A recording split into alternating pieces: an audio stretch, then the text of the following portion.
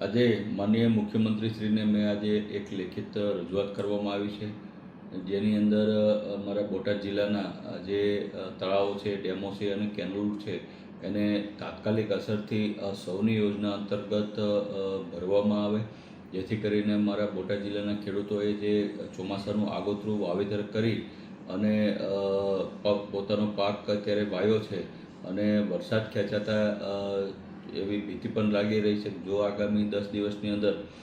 ખેડૂતોને સૌની યોજના અંતર્ગત જે આ ડેમો છે, ગોમા ડેમ હોય, કાનિયા ડેમ હોય કે વિવિધ મારા મત વિસ્તાર બોટાદ જિલ્લાના વિવિધ તળાવો હોય કે કેનલો હોય, જો ખેડૂતોને પાણી આપવામાં ન હોય તો ચોક્કસપણે કિંમતી બિયારણો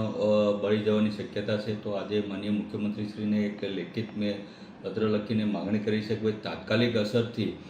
બોટાદ જિલ્લાના ખેડૂતોને સૌની યોજના અંતર્ગત ગોમા ડેમ હોય, સુખભાદર ડેમ હોય કે પછી મારો કૃષ્ણસાગર તળાવ હોય કે વગેરે કેનલો હોય, તાત્કાલિક અસરથી સૌની યોજના અંતર્ગત ભરવામાં આવે, સાથોસાથ કેનલને પણ પાણી આપવામાં આવે તેવી એક લેખિત માગણી કરી છે.